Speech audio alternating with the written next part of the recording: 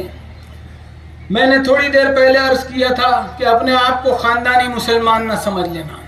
آج ہمارے ذہن میں ایک غلط فہمی رچ بس گئی ہے، وہ یہ ہے کہ محمد صلی اللہ علیہ وسلم کا کلمہ پڑھ لیا مطلب ہمارے پاسپورٹ پر جنت کا ویزا لگ گیا۔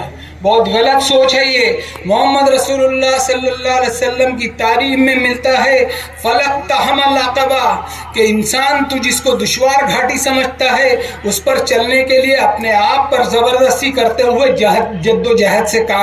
قرآن مجید ہم کو بتلاتا ہے آج سے 1450 سال پہلے جناب محمد الرسول اللہ صلی اللہ علیہ وسلم پر جو کتاب نازل ہوئی اس پر آپ چونک جائیں گے کہ انٹرنیشنل پیس یعنی انترراشٹریہ امن و امان، انترراشٹریہ امن اور شانتی کی ذمہ داری اللہ نے مسلمانوں پر ڈالی۔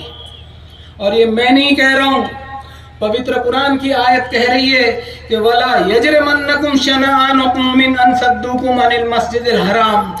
مسلمانوں، کسی سے دشمنی مول نہ لینا کہ تمہارے حج کے انٹرنیشنل سفر میں بادھا بن جائے۔ کسی کے ساتھ ظلم، زیادتی اور اتیاچار کی روش اختیار نہ کرنا، کسی کے ساتھ زیادتی نہیں کرنا، بلکہ وَتَعَاوَنُوا عَلَى الْبِرِّ وَالتَّقْوَىٰ۔ اس دنیا میں جینے کا تمہارا اصول ہونا چاہیے اور پرنسپل اللہ نے وہ بنایا ہے کہ ہمیشہ نیکی کے کام میں آگے آگے رہنا، ہمیشہ لوگوں کے کام آنے کے لیے تتپر رہنا۔ وَلَا تَعَاوَنُوا عَلَى الْإِثْمِ وَالْعُدْوَانِ وَاتَّقُوا اللَّهَ إِنَّ اللَّهَ شَدِيدُ الْعِقَابِ۔ مسلمانوں، تمہارا عمل ایسا ہونا چاہیے کہ انسانوں کی مدد کریں اور نیکی اور تقوی کے کاموں میں تعاون اور سہیوگ کریں اور گناہ اور زیادتی کے کاموں میں کبھی بھاگیدار نہ بنیں۔ تمہیں ہر حال میں انصاف پر قائم رہنا ہے۔ اگر تم انصاف پر قائم رہے اور دنیا تم سے کتنا ہی تعصب کر لے، کتنی ہی دشمنی کر لے، تمہیں فکر کرنے کی ضرورت نہیں، سنسار کے مالک کا ساتھ تمہارے ساتھ رہے گا۔ تمہاری وجہ سے اس بات کا خیال رکھا جائے کہ تمہاری وجہ سے دنیا کا امن و امان اور سکون جو ہے وہ غارت نہ ہو۔ اور اس میں حج میں اس کی پریکٹس بھی اللہ تعالیٰ تم سے کرواتے ہیں کہ فلا رفث ولا فسوق ولا جدال فی الحج۔ حج کے دنوں میں کوئی نازیبا حرکت نہ ہو، کوئی جھگڑا جھنجٹ گالی گلوچ نہ ہو، بحث و تکرار نہ ہو، اور اسی پریکٹس پر تمہارا جیون جو ہے وہ چلنا چاہیے۔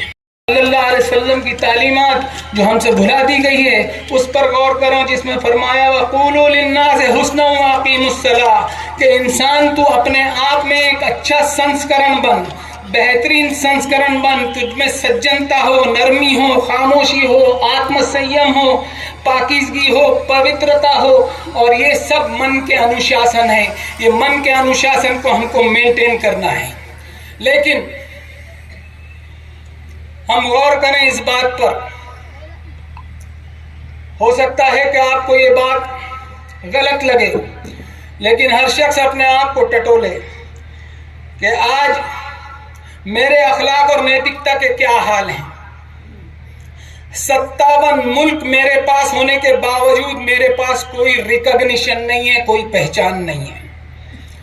ورلڈ آنیسٹی انڈیکس یعنی دنیا میں کس ملک میں سب سے زیادہ ایماندار لوگ رہتے ہیں، اس پر ایک لسٹ بنی، ایک سروے ہوا۔